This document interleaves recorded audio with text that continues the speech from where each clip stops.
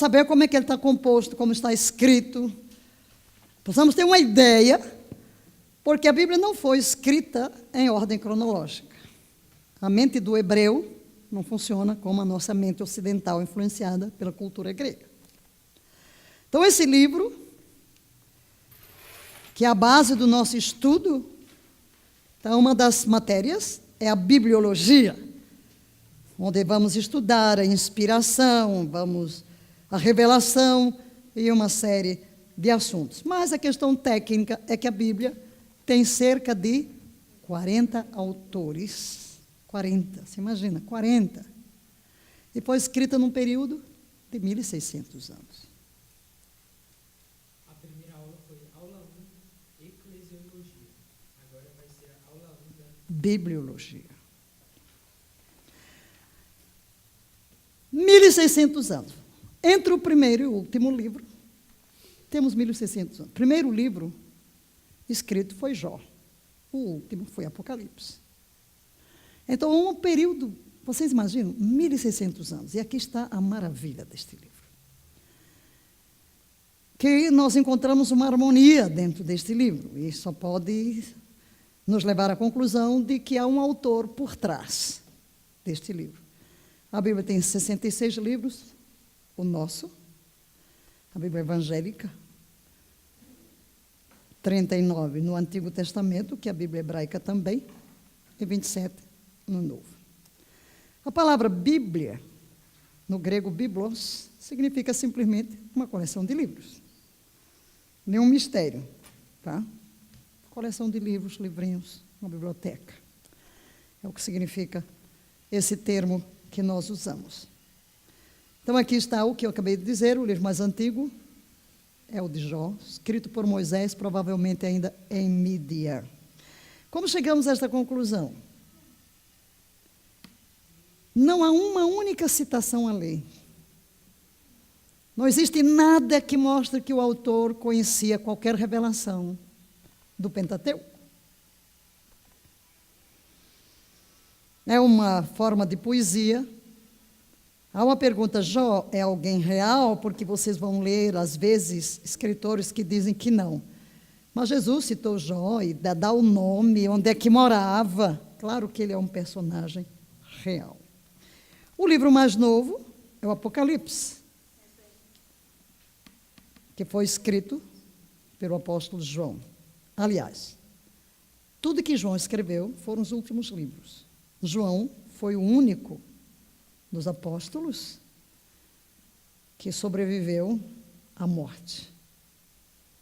Foi o único que não foi martirizado.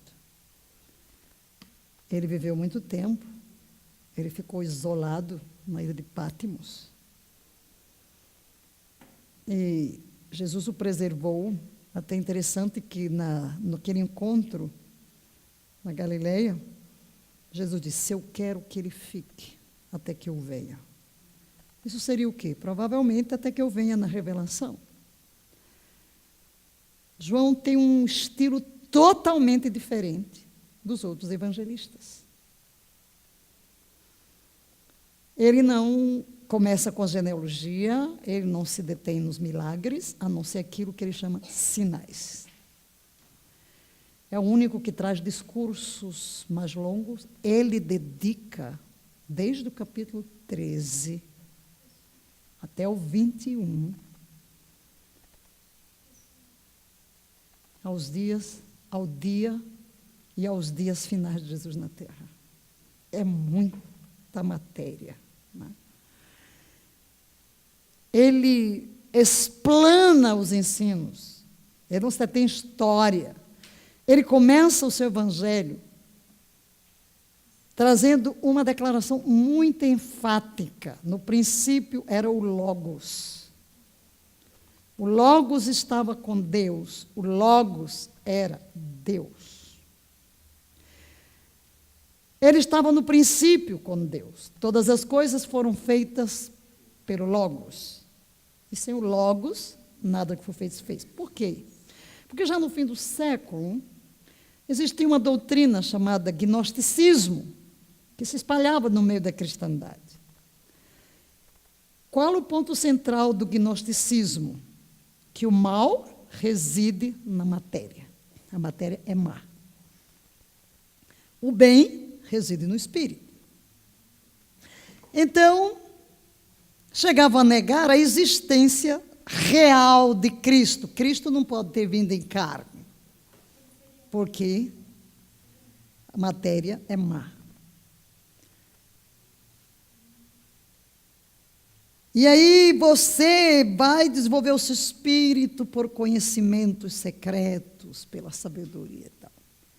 É por isso que João ataca seus escritos e seu evangelho vem para atacar o gnosticismo. Aí ele vai dizer, não, Senhor, o Logos, a divindade, ele era o Logos, a divindade. Mas a divindade, o Logos, se fez carne. Se fez carne. E é tanto que lá na sua carta ele diz que quem não confessa que Jesus veio em carne, entendeu? É uma luta contra a heresia gnóstica. Quem não confessa que Jesus veio em carne não é de Deus. Por isso ele tem aqui um ensino diferente. Os evangelhos já estavam escritos, ele não tinha necessidade de escrever. Os 3 evangelhos, os sinóticos. Então, muito interessante os sinóticos.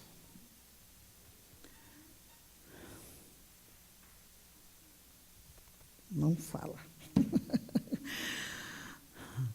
Não posso entrar por aí, porque aí deixa para outra altura. Mas o que a gente encontra aqui? Uma unidade. Uma mente por trás de tudo isso, e Pedro nos explica. Vamos ler 2 de Pedro 1, 21. Porque a profecia nunca foi produzida por vontade de homens, mas os homens da parte de Deus falaram movidos pelo Espírito Santo. Então você vai ver uma mente por trás deste livro. Em que línguas este livro foi escrito? 3. Hebraico, aramaico e grego. Sendo que aramaico são pequenas partes, que depois veremos. O grego usado para o Novo Testamento foi o chamado grego koiné, que era o grego popular. O grego popular, uma linguagem comum. É importante estudarmos a Bíblia em diferentes versões, porque às vezes uma tradução pode dar uma interpretação fora do original. Dentro das apostilas da Universidade da Bíblia, no curso mais avançado, bacharel, tem outra apostila de bibliologia, que nós vamos exigir apenas uma leitura. Só uma leitura. Essa apostila centra-se na questão das versões, das traduções. Tá? Vai criticar duramente as versões baseadas em certos manuscritos e defende que a Bíblia mais fiel que temos, que é a Bíblia fiel da Sociedade Bíblica Trinitariana.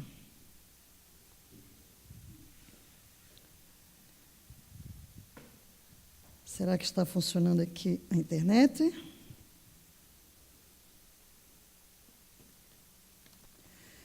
Nesse site, chamada.com.br, funcionou. Chamada, que tem a ver com a chamada da meia-noite. Bíblia. A Bíblia que a chamada usa é exatamente a Bíblia fiel. Está aqui, ó. Almeida, corrigida, revista fiel. Todos os textos transcritos na apostila de vocês são daqui. Almeida, Ferreira de Almeida e traduções mais antigas usaram um manuscrito chamado texto receptus, TR. Mas depois vem algo mais moderno, eu me lembro quando estudei no seminário sobre isso, de tomar outros textos.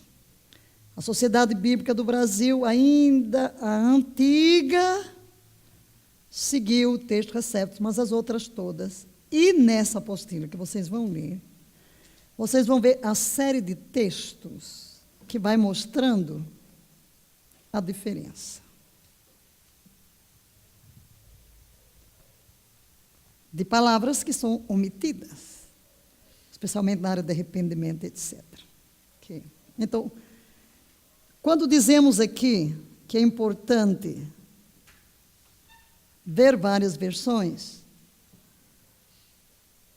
é porque é, de fato, importante que você veja, mas aqui, se você quer saber quando o texto é mais próximo do original, em inglês é a King James, texto é o TR, receptus. Em português é esta, da Fiel. Eu até encomendei uma Bíblia, já chegou. Porque eu confesso que eu nunca havia tentado para isso. Foi exatamente a apostila da... Claro que estudei sobre tudo isso, mas nos meus dias de seminário, o professor insistia que usássemos da Sociedade Bíblica do Brasil, revista e atualizada. Qual o motivo? Porque lá, cada parágrafo, quando começa já, a primeira letra está em negrito, então dá para você distinguir onde começa cada parágrafo. Segundo, os livros poéticos, e onde há poesia, já vem na forma de versos, não é? Então, dá para você saber o que é poesia. Então, esses eram os critérios. O critério foi mais de uma questão de praticidade. Também, nos meus dias, saiu a Bíblia de Jerusalém, que o professor gostava bastante. Mas agora, lendo a apostila ali, e a crítica que faz as outras, eu comecei a atentar para essa questão, comparando com várias versões.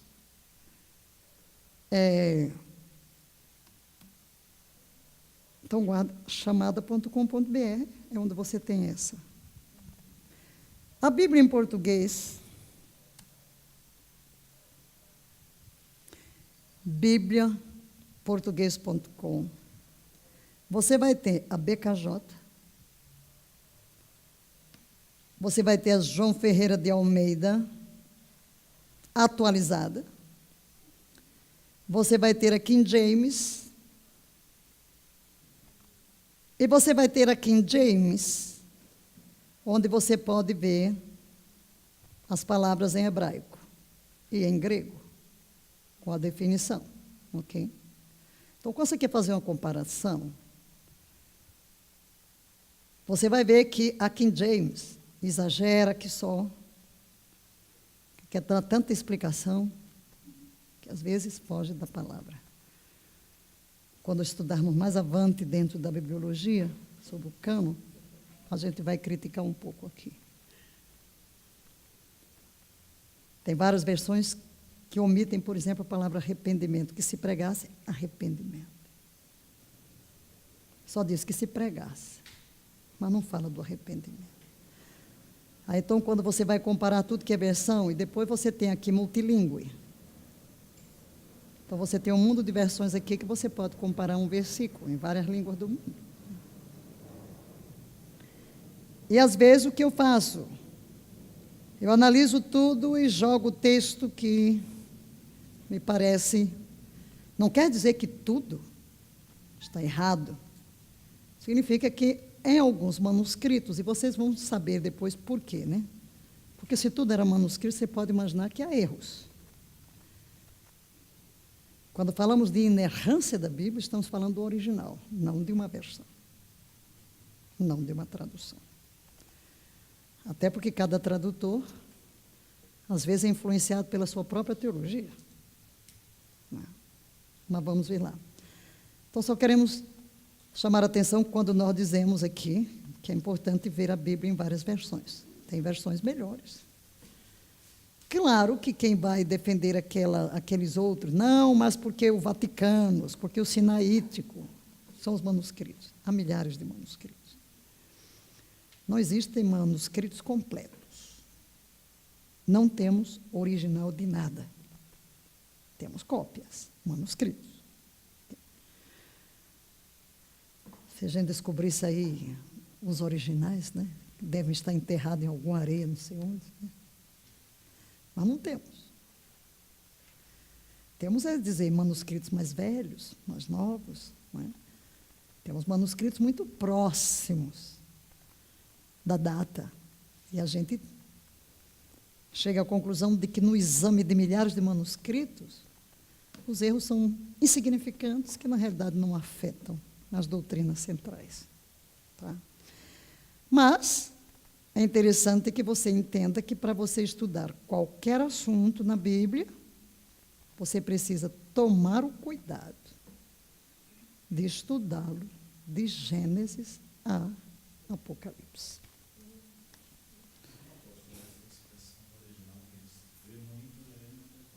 Como?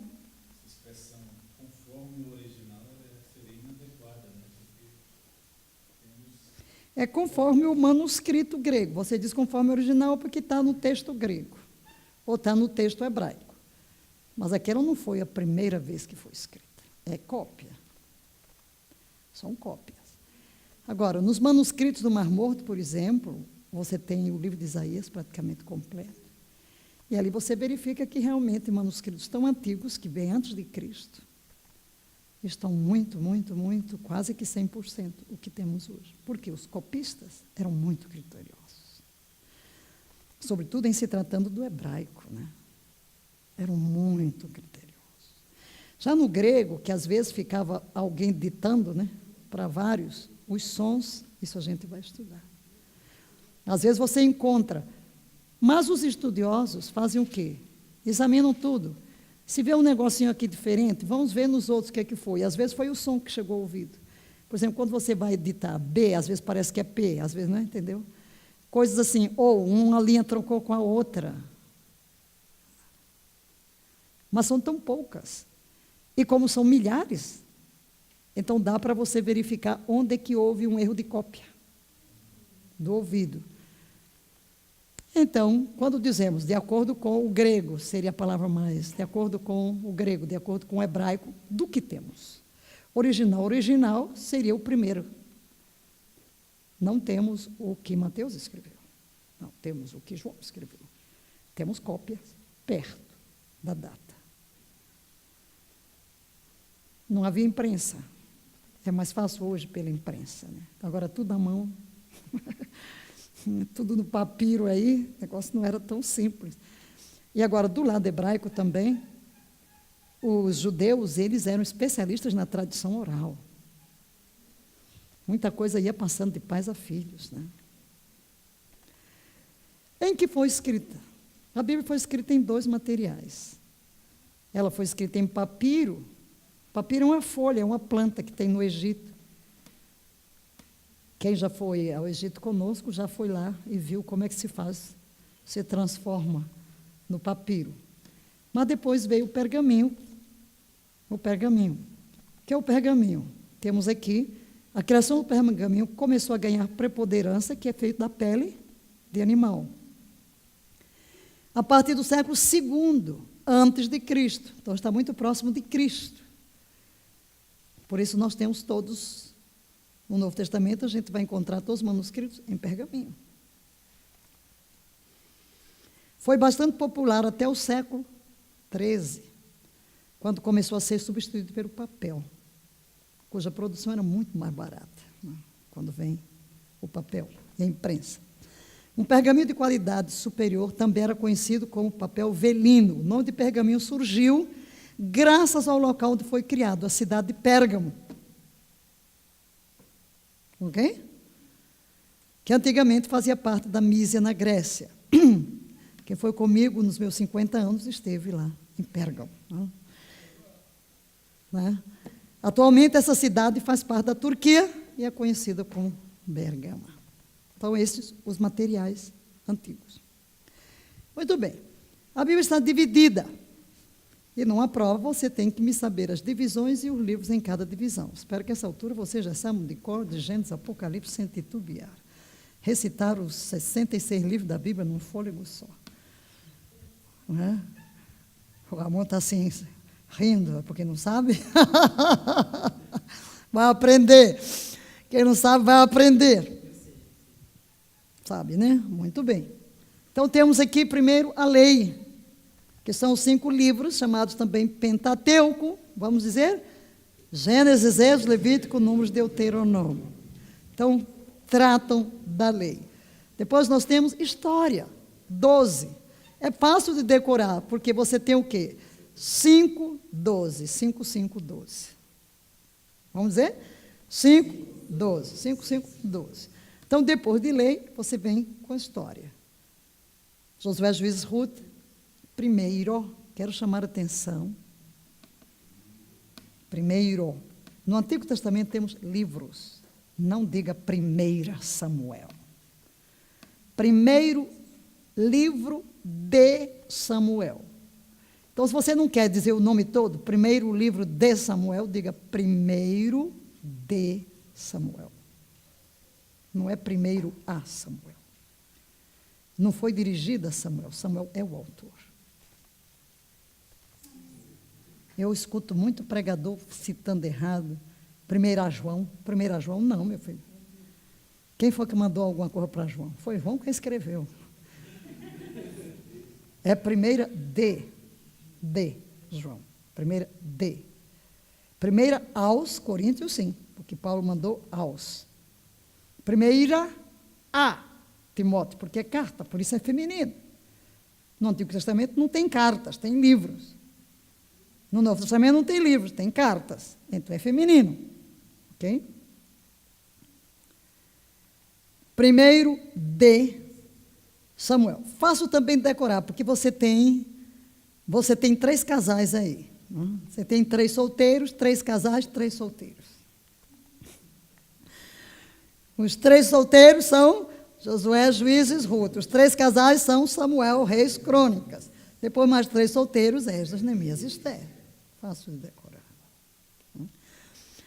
Primeiro de Samuel. Primeiro dos reis. Primeiro das crônicas. São atas. Okay? Depois você tem poesia. São livros poéticos. Jó, Salmos, Provérbios, Eclesiastes, Cantares, Salomão. Você tem os profetas maiores. Isaías, Jeremias, Lamentações, Ezequiel, Daniel. E você tem os menores. Osés, Joel, Amós. Uma linguagem maior, menor, não quer dizer que um profeta era maior do que o outro, é que o livro é maior. São livros maiores, são livros menores. Então, você tem aqui. E aqui você tem o quadro completo. Você tem o quadro completo do Antigo Testamento. O Pentateuco são os 5 da lei. Você tem os 12 que são história. Você tem os 5 poéticos. Você tem os 5 profetas maiores. Você tem os 12 menores. Algumas curiosidades. A Bíblia em Números, 66 livros, Antigo Testamento 37 e Novo 27. Livro com mais capítulos, Salmo. Qual é o maior capítulo? 119, muito bem. Tem 150 capítulos. Livro só com um capítulo. Olha aqui, quanto livro só com um capítulo? Quais são? Obadias, Filemão, 2ª de João, 3ª de João e Judas. Só tem um capítulozinho. E você tem o menor versículo, dependendo da versão. Qual é a versão? Aí depende. Você tem Jó 3:2, vai por aí. Agora, o maior versículo é Esther 8:9. Mas vamos pensar agora em períodos. A Bíblia abrange períodos. E o primeiro, vamos ver o Antigo Testamento. Como é que está distribuído? Primeira coisa que temos são os começos. Começos.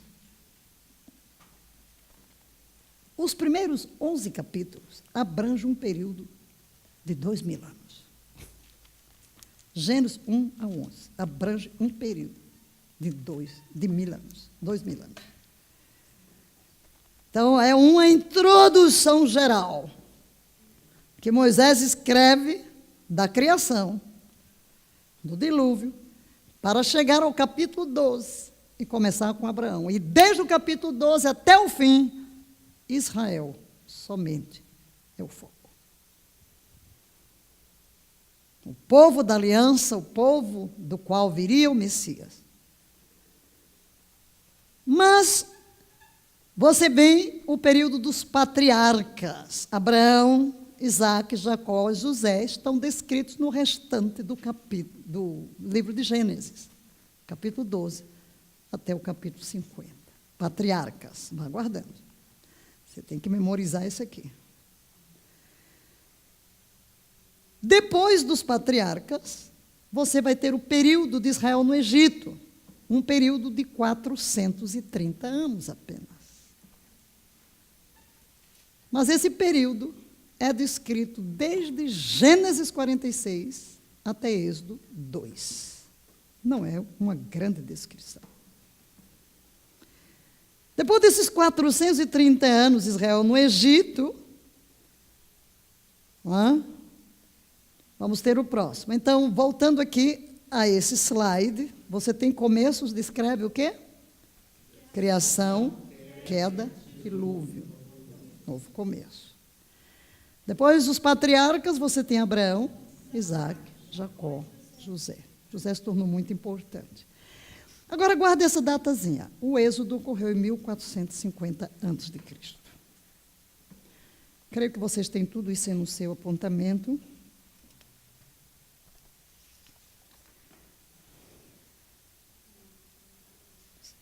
Vá comparando o que você tem, se tiver alguma informação que não tem, você pode acrescentar. Não está a data.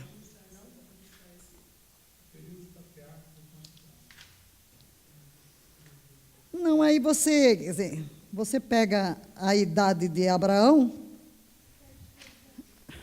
e que morreu, você tem aí cerca de 120 por aí, né? Um pouquinho mais. Mas o que é importante aqui é o êxodo, para que você saiba que entre o êxodo, que o povo vai se formar um povo até Jesus, são 1450 anos. Ok. Dali o povo vai para o deserto. No deserto temos 40 anos. Agora veja, é um período curto, mas olha o tanto de espaço, desde Êxodo 16 até o fim de Deuteronômio.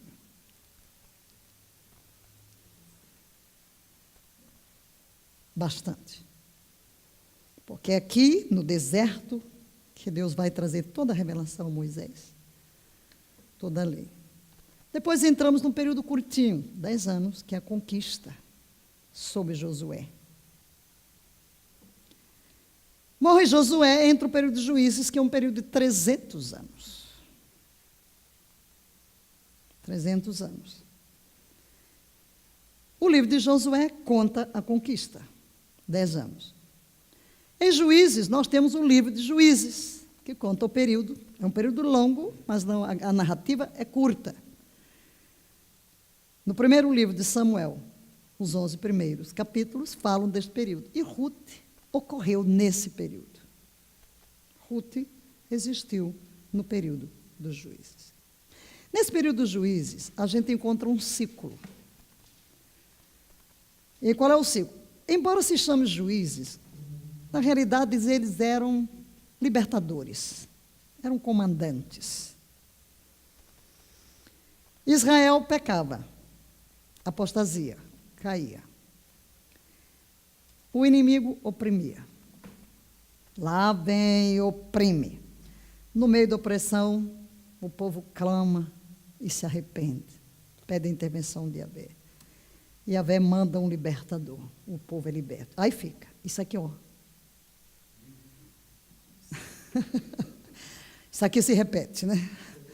Na história de cada juiz, essa história se repete. Diga aí o ciclo: apostasia, Opressão, arrependimento, libertação. Lá vai de novo. Enquanto vive aquele libertador, o povo serve. Morre o libertador, volta. Então vejam só. Não existia um rei, não existia um governador, porque Israel era uma teocracia. Yahvé era o que governava. Quando morreu Josué, vieram o quê? Os anciãos. Mas os anciãos morreram, aqueles que entraram na terra. Aqueles que foram conquistadores morreram. Então, entra esse período, né? Cada um vive como quer, ou como acha que deve viver. Claro que eles tinham a palavra. Eles tinham, mas não tinha acesso a todo mundo, né? O povo não tinha acesso. Agora, porque a palavra vai passando de pais a filhos. E Moisés deu tudo, mas os anciãos que viram, que ouviram Moisés, morreram. Tem sacerdote? Tem. Mas o povo é o povo, né? Continua sendo o povo, né? E aí é quando Samuel é o último juiz. Samuel é o último juiz. E Samuel se torna realmente profeta. Samuel abre a escola de profetas. Inaugurou a escola de profetas, Samuel. Eli era o sacerdote, sumo sacerdote. E aí é quando o povo pede um rei. E começa o chamado Reino Unido, que dura 120 anos. 3 reis, 40 anos cada um. Depois desse período do Reino Unido, vem um reino dividido.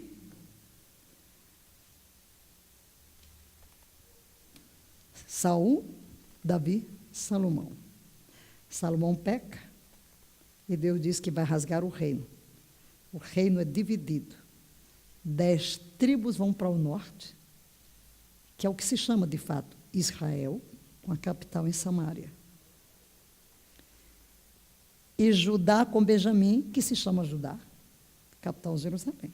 Reino do norte, reino do sul. Isso é o Israel dividido. Prevalece por 209 anos. Uma dinastia em Judá, dinastia de Davi. Em Israel, uma bagunça. Termina uma dinastia, começa outra, que termina, começa outra, então até que o povo vai ser levado para o cativeiro assírio. Aí vem Judá sozinho, não tem mais Israel, são 136 anos.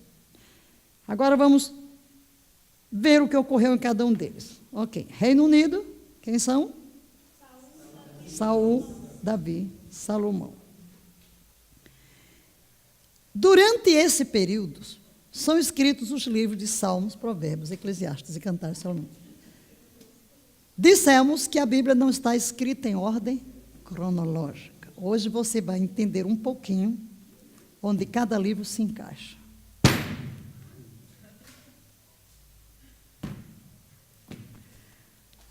Então, estes aqui são escritos neste período, sobretudo com Davi. Provérbios, escritos por Salomão, Cantares, escrito por Salomão, né? Eclesiastes, escrito por Salomão. Então, nesse período. No reino dividido, você tem esses profetas. Vamos ver? Joel, Jonas, Amós, Osés. Então, esses livros foram escritos nesse período. Esses profetas profetizaram no período do reino dividido. Judá sozinho, aliás, entra aqui, você tem o cativeiro. Guarda esta data, 722, o cativeiro assírio. O reino do norte vai para o cativeiro assírio. Deixa de existir até o dia de hoje. Judá fica sozinho, e estes são os profetas dos dias de Judá. Vamos ler? Isaías, Miqueias, Naum, Jeremias, Sofonias, Abacuque e Obadias. Profetizaram neste período. Muito bem. Esse está descrito em 2 de Reis, de 18 a 25, 2 de Crônicas, 29 a 36. Depois de Judá sozinho, você vai ter o cativeiro babilônico. Veja que Israel foi para onde? Assíria. Senaqueribe, 722, para a Síria, nos dias de Senaqueribe, imperador assírio. Agora, Judá vai para o cativeiro babilônico, Nabucodonosor. E Jeremias profetiza que o povo vai ficar 70 anos. Okay? Portanto, 70 anos depois, temos o período do retorno, que ocorre no ano 539 a.C. 539 a.C. Ok. Que profetas profetizaram no cativeiro? Ezequiel e Daniel. No retorno, quer dizer, Jerusalém foi destruída aqui. 586, Nabucodonosor destrói Jerusalém. No retorno temos Ageu, Zacarias e Malaquias. Se você olhar Ageu, Zacarias e Malaquias, eles vão se encaixar onde? Esdras e Neemias. Entenderam? Você tem os livros históricos. Quando começam poéticos e proféticos, todos eles são encaixados aqui, dentro, a partir do Reino Unido, até o retorno.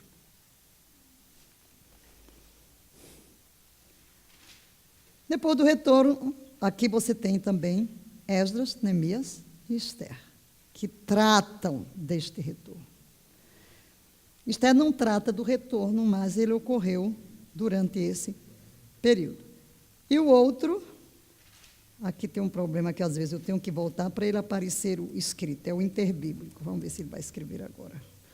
Não quis escrever. O período interbíblico. Vamos a uma súmula. Súmula.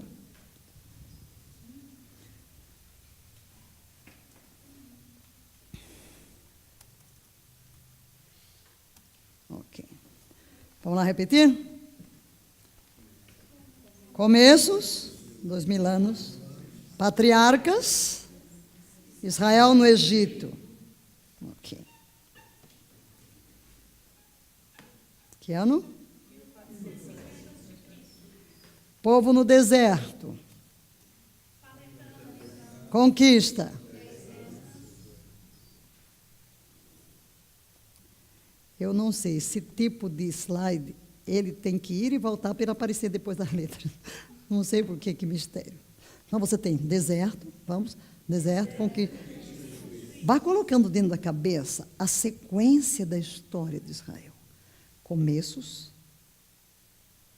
patriarcas, Egito, deserto, conquista, juízes, Reino Unido, reino dividido, Judá sozinho, retorno, período interbíblico.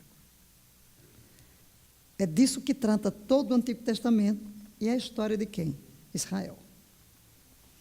Israel. Uma sequência.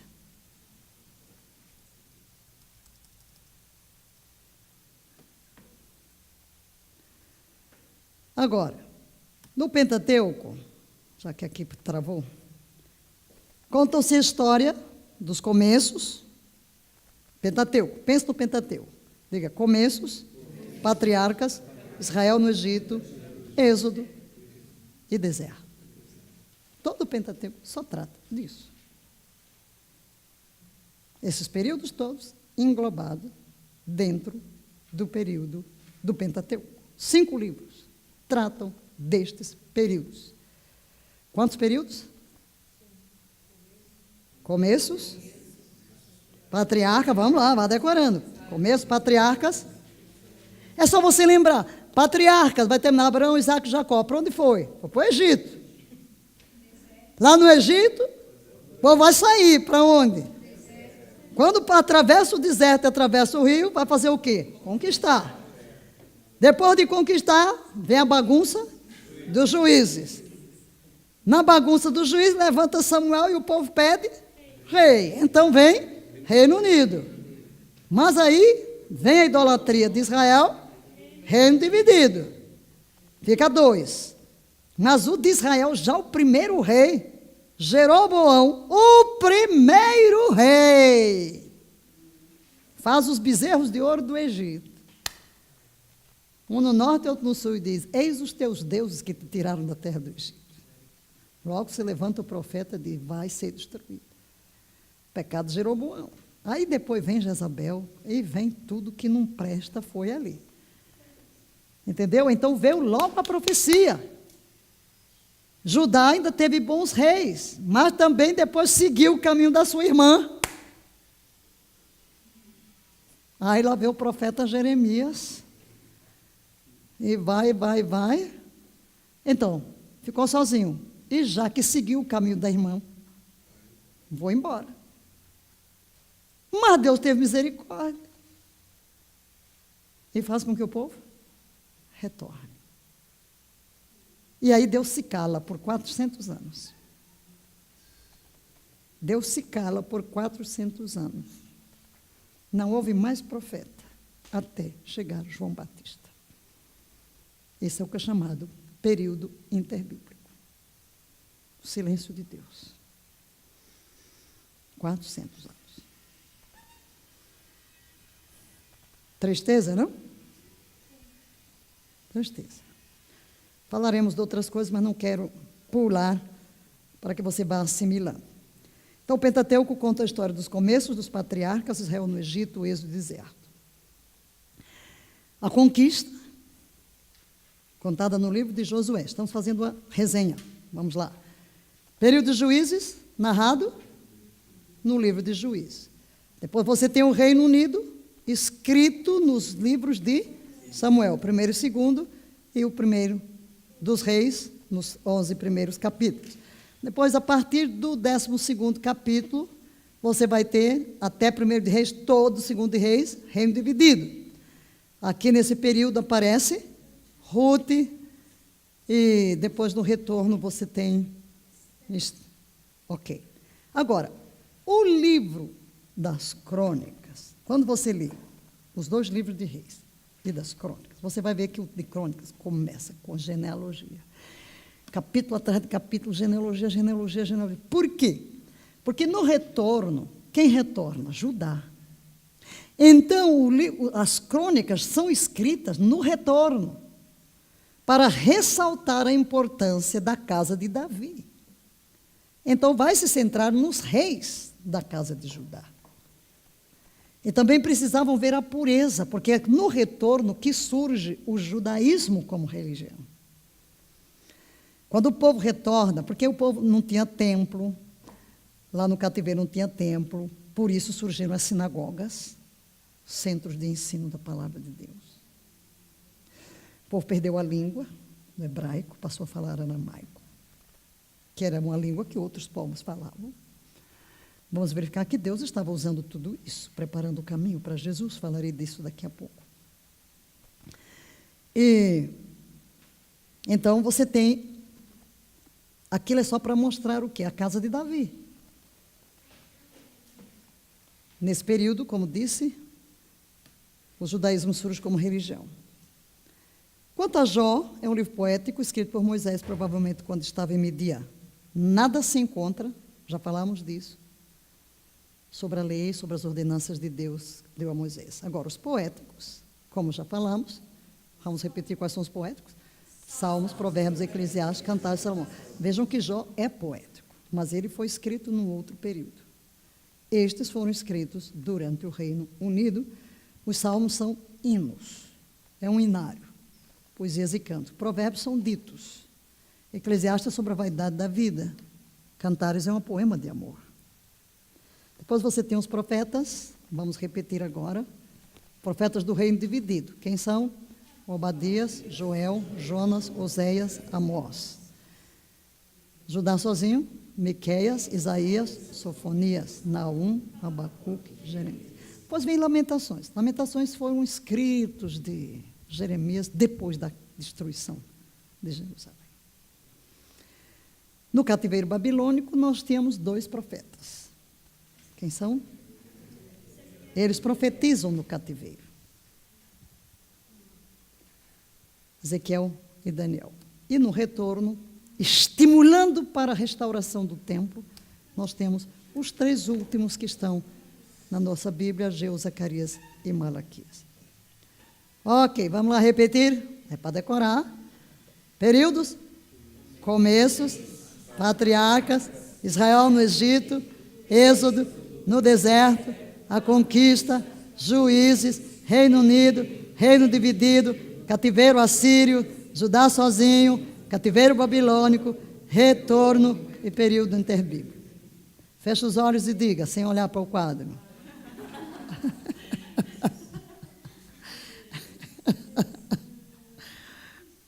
Conseguiram? Ainda não? Ainda não. Mas vocês estão entendendo a história? Vamos lá. É simples. Criação. Criação, dilúvio, povo espalhado. Lá vem a história de Abraão, no capítulo 12. Vamos lá, Abraão, Isaac e Jacó. E José no Egito. Lá vai José, está no Egito, vem fome, vão 70 almas para o Egito. 430 anos depois saem 3 bilhões.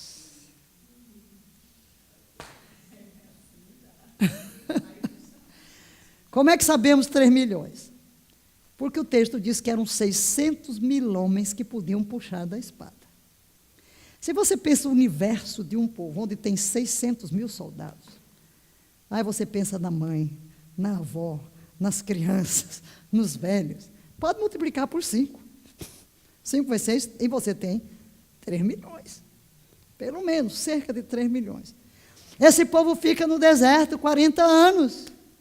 E agora atravessa o rio Jordão. Vamos conquistar a terra. O grande comandante Josué.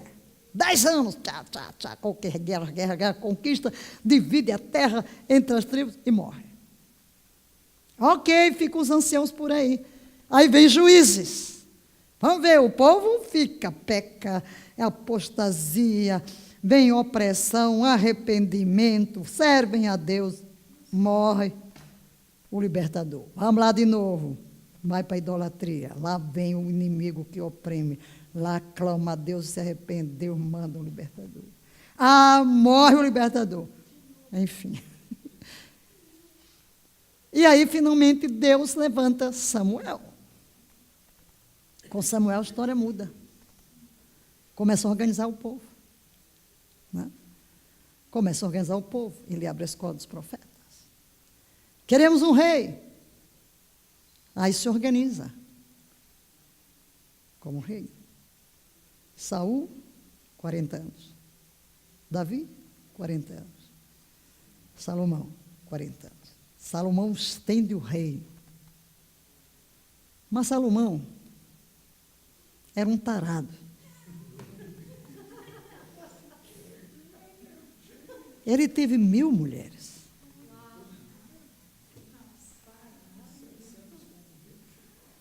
Mulheres e concubinas. E é o que a Bíblia diz, quando ele ficou velho, as mulheres dele mudaram a cabeça e ele passou a trazer ídolos. Ele se tornou idólatra. As mulheres viraram a cabeça de Salomão. Agora veja, a maldição que entra numa família. Quem era a mãe de Salomão? Como é que Batseba se tornou mulher de Davi? Olha a maldição. Olha a maldição. Deus perdoa, mas as consequências não nos livra dela. Veja todo o problema que Davi enfrentou. Incesto. Um filho possuindo as suas concubinas em praça pública. Perdeu o primeiro filho, sim. Mas o que eu quero dizer é o quê? Que as marcas do pecado sexual de Davi afetou sua descendência. É a maldição. Então, Deus deu a palavra: vou rasgar o reino. E Deus. Então, vem Jeroboão. 2 reinos, reino dividido. Mas o camarada do Jeroboão, como eu já falei, logo, porque que ele pensou? O povo vai adorar a Deus em Jerusalém e o coração vai se voltar para Roboão, que era o filho de Salomão. Vou fazer aqui os deuses do Egito. Põe. Aqui, não tem que ir para Jerusalém, não. Estão aqui os teus deuses. Lá vem o profeta. E o pecado, porque você vai ver depois, não se apartou dos pecados de Jeroboão. Era o culto aos bezerros de ouro, que eram os deuses do Egito. Por que é que o povo fez bezerro de ouro lá no deserto? Porque já estavam acostumados ao culto do bezerro de ouro. Dividido. Então, o que vai acontecer? Você tem o reino dividido. 2 reinos, Israel e Judá. Reino do Norte e Reino do Sul. O reino do Norte vai embora primeiro para o cativeiro. Vai lá para a Síria, 722 a.C. Senaqueribe. E depois o outro fica sozinho por um tempo, segue o mesmo caminho. Ok, vai embora também para o cativeiro. Dessa vez para a Babilônia, 586. Mas Daniel fica lá orando. Depois que viu que completaram 70 anos, vai orar pela promessa. Aí o povo retorna. Aí esse povo organiza a religião. É quando eles transformam os 10 mandamentos em 613. Para que nunca mais. Agora, Israel ficou curado de idolatria de uma vez para sempre. O cativeiro da Babilônia curou Israel da idolatria. Nunca mais. Nunca mais. Nunca mais. Porque aí eles pegaram os 10 mandamentos para nunca mais pecarem. É onde surge o partido dos fariseus. Você fala fariseu, pensa que é um nome ruim? Não. É o grupo do avivamento. É volta à palavra. Saduceu foi que foi helenizado mais tarde, ficou do lado do governo, mas os fariseus eram os fiéis, eram os avivados, é o povo pentecostal. Os avivados da palavra, que criam em anjos, que criam na ressurreição, que criam na palavra. Não estava nada errado com isso. O que Jesus criticou foi o quê? A hipocrisia de você ensinar uma coisa mas muitos fariseus, diz o Novo Testamento, obedeceram à fé. O próprio Paulo disse, e ele dizia, como? Sou fariseu de fariseu, né? Mas alguns implicaram com Jesus. Entendeu? Então retornam, vem o período de Judá sozinho. Toda essa história está descrita nos livros históricos, queridos. Históricos. Então você tem aqui, de Josué a Neemias, você tem essa história. O resto da Bíblia você encaixa aqui dentro. De quando? Os poéticos no Reino Unido, os profetas, Reino Unido, Reino dividido, Judá sozinho. Na realidade, você não tem profetas no Reino Unido, porque estava tudo bem. Você tem a produção da literatura, de provérbios, ainda não é o tempo dos profetas. Os profetas vieram para quê? Atacar aqui, tinha profeta, mas não nessa dimensão de profetas canônicos que nos deixaram escritos. Agora, um assunto muito importante para você compreender esse período é que Gálatas 4, 5 faz uma declaração muito interessante. Vamos ler?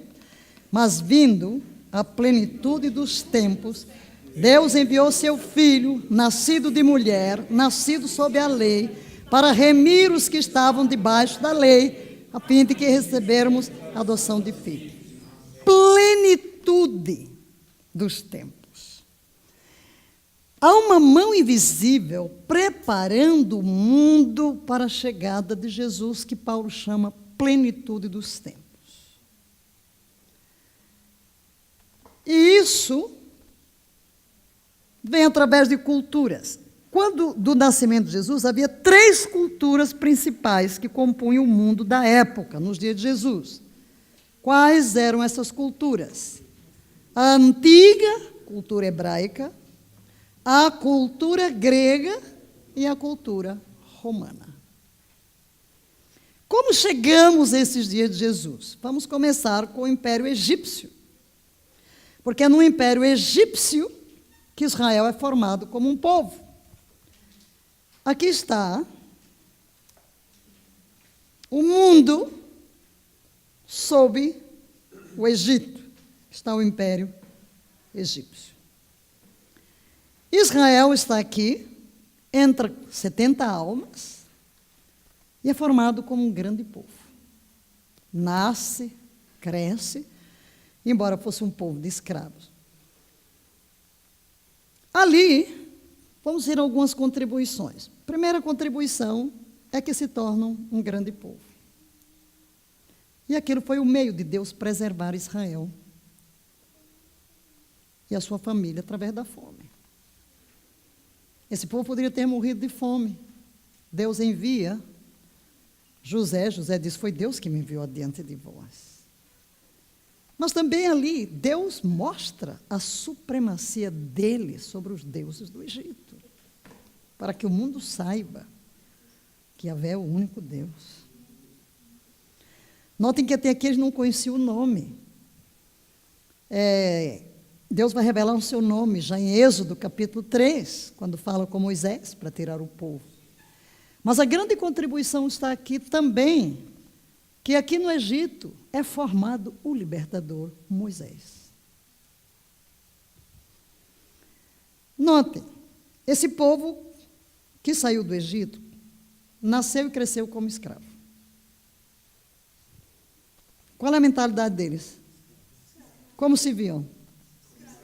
Como pode um escravo levar o povo à liberdade?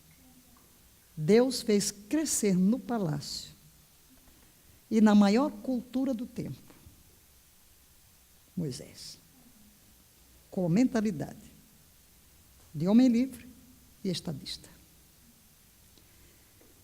Você vê Moisés, um escritor. Moisés aprendeu na maior cultura dos seus dias. Ele recebeu a melhor cultura dos seus dias.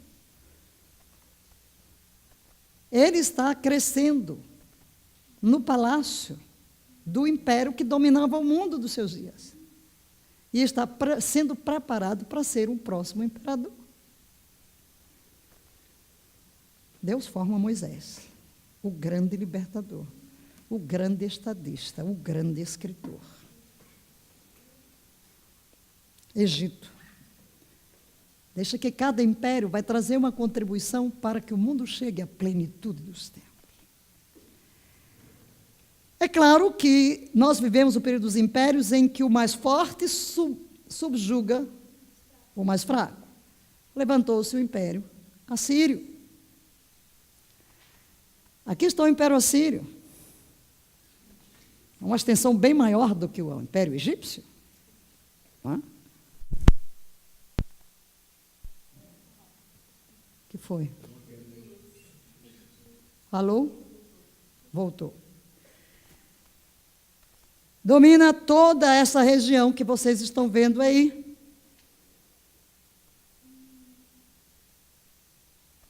E a política dos assírios.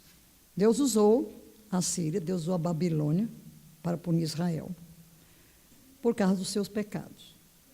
Mas o que ocorre aqui no reino assírio é a dispersão de Israel. A política do reino assírio era mesclar os povos, diga mesclar. Então ele conquistava os povos e tirava daqui e misturava. Para quê? Quebrar o espírito nacionalista. E aí onde vai surgir os samaritanos? Ele tomou Samaria. Samaria era a capital de Israel. Então, tirou o povo de Samaria e levou para outras nações e trouxe gente de outras nações para Samaria. Porque era a sua política. E aí o que ocorre? As feras começaram a invadir. Aí disseram, porque a gente não sabe adorar o Deus da terra. Porque eles acreditavam que cada nação tinha seu Deus. A gente não sabe qual é o Deus daqui. Aí mandaram chamar levitas para ensinar o povo a adorar. Aí surge o culto misto dos samaritanos. Que tem até hoje. É lá em Samaria que estão os montes Ebal e Gerizim. Então é aí do tempo da Assíria. Mas o que é importante? É que esse povo, que tem conhecimento de Yahvé, é espalhado pelas nações.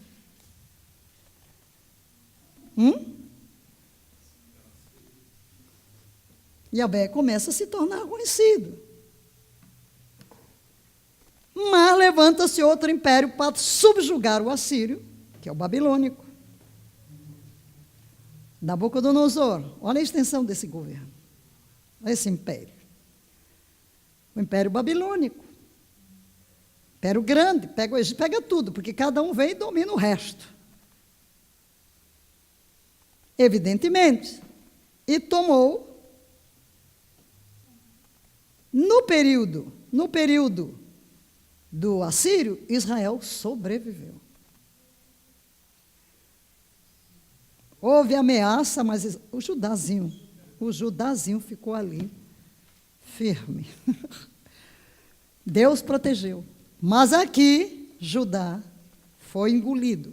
Agora, o reino babilônico, o império babilônico, não tinha a intenção de destruir as cidades, ok?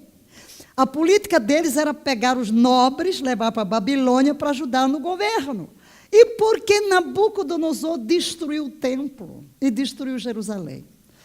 Porque o rei, que devia pagar tributo, se rebelou e foi buscar o Egito.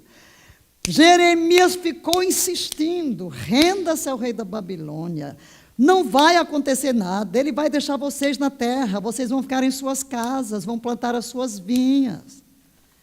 Aí oprimiam Jeremias, ele todo o tempo, e jogavam na cova, e ainda já quase a cercava, Jerusalém cercada, e ele insistia com o rei, renda-se.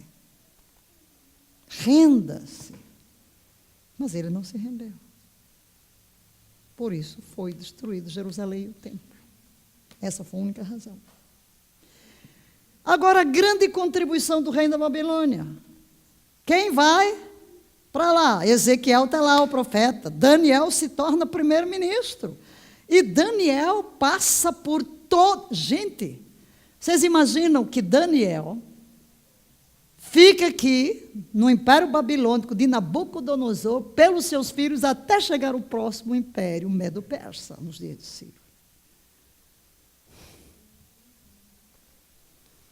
E Daniel influenciou tanto que nos dias de Nabucodonosor, porque profetizou, interpretou os seus sonhos, o próprio Nabucodonosor fez um decreto que todos os povos no seu reino deveriam adorar o Deus de Daniel.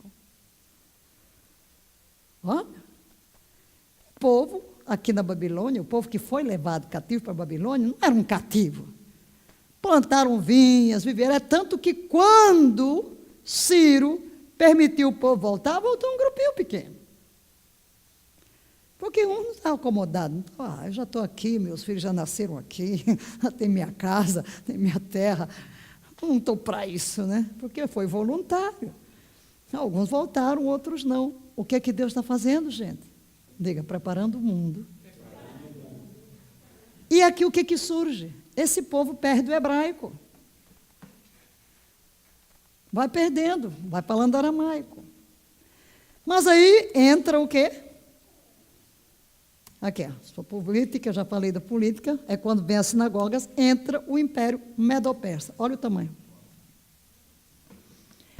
Yahvé é propagado por todas as nações da terra, gente. Aleluia! Mas depois dele, da Pérsia, vem o quê? O grego. E o grego, Alexandre o Grande, não era tão grande o seu império, mas foi muito poderoso e curto. Porque esse é dos dias de Alexandre o Grande. O Egito, a Grécia, a Média, a Pérsia. Porque onde ele chegou, ele trouxe o quê? Trouxe a biblioteca, trouxe a escola, trouxe a cultura, trouxe a língua. Agora, você vê, o grego se tornou uma língua universal.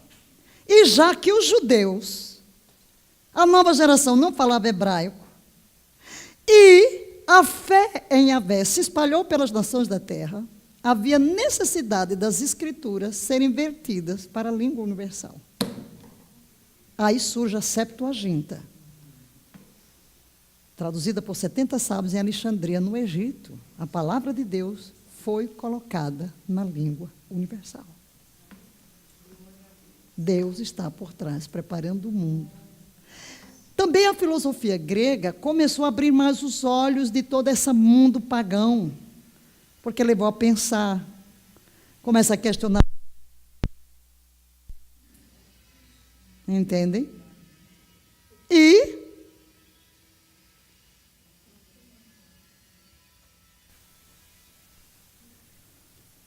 você vai vir logo a seguir. Aqui, Grécia depois foi dividida, né? Morreu Alexandre, e então vai a terra dividida em 4 generais, então se espalhou bastante. É nesse período aqui, é nesse período que vai surgir o grupo chamado Macabeus. Essa história está escrita nos 2 livros de Macabeus, que se levantaram contra os gregos.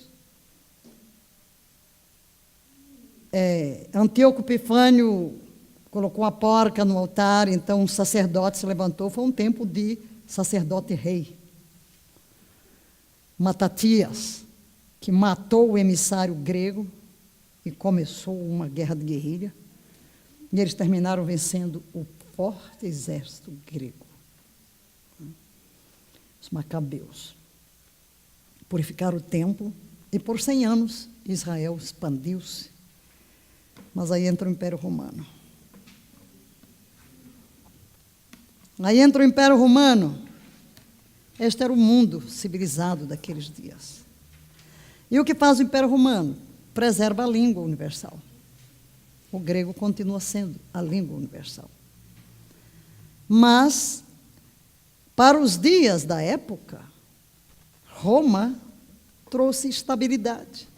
O direito romano, até hoje é estudado nas escolas de direito. O direito romano deu uma estabilidade.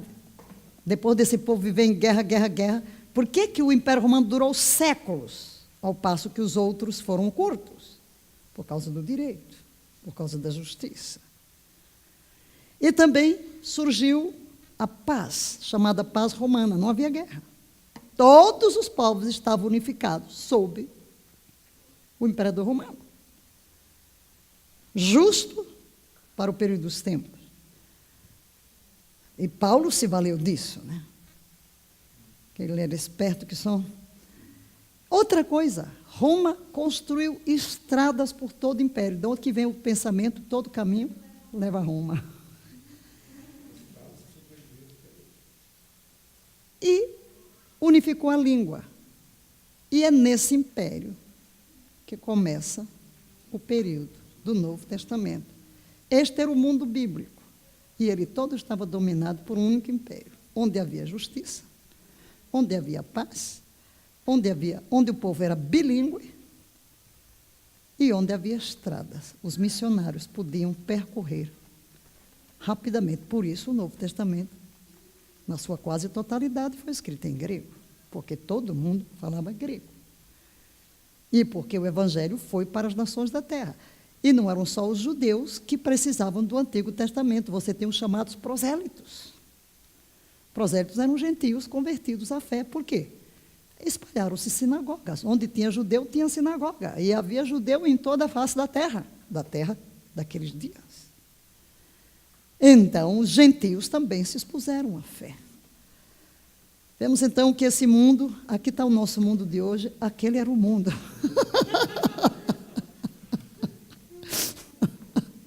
Era um mundinho. Era um mundinho controlado por tudo. Mas, enfim, nesse período do Antigo Testamento, do Novo Testamento, chegamos aí no Império Romano. Vamos deixá-lo aqui. E vocês veem aí, tudo tem o mar para andar para cima, para baixo, tem estradas, tem barcos. E Cristo chegou na plenitude dos tempos, o povo estava cansado dos ídolos, o povo estava preparado para uma nova ideia, o povo realmente estava, o mundo estava preparado. E Paulo, grande pregador aos gentios, era romano de nacionalidade. E então, embora ele fosse perseguido em todo canto, ele valeu-se da sua cidadania para... Por que ele foi até Roma? Porque quando os judeus queriam pregar, eles assim, apelam para César. Olha o direito romano. O indivíduo diz, quero... Chega o rei e diz, interessante, ele podia ser solto, mas ele apelou para César. Para César apelaste, para César irás. Era um direito. Era um direito. E ele apelou. Veja que quando chegaram para amarrá-lo em Jerusalém, ele disse assim, vem cá. É lícito? Eu sou um cidadão romano, ele não foi julgado. Lá chega o outro, todo humildezinho, né? Ah, esse título me custou um grande soma de dinheiro. Ele disse, eu sou por direito de nascimento. Lá o carcereiro de Filipe, ok, foi preso. Depois, romano, vieram, por favor, vai embora. Diz que vocês podem ir, de jeito nenhum, ele que vem aqui me tirar. Eles açoitaram o cidadão romano, eles que venham agora. Então, Paulo se valeu disso. E foi a Roma. E Deus disse que ele ia pregar em Roma. Em Roma ele ficou preso como? Em casa. Ele alugou sua própria casa. Então, meu filho, tudo que é guarda que veio cuidar dele, ouviu o evangelho. O imperador ouviu o evangelho. A guarda romana ouviu o evangelho. Não é? Ele estava ali e na plenitude dos tempos. Então, queridos, fica já hoje aqui essa sua visão geral do que contém o Antigo Testamento e de como, nesse período do Antigo Testamento, através dos impérios, Deus está preparando o mundo para a vinda do Messias. Fiquemos de pé, nossa hora terminou.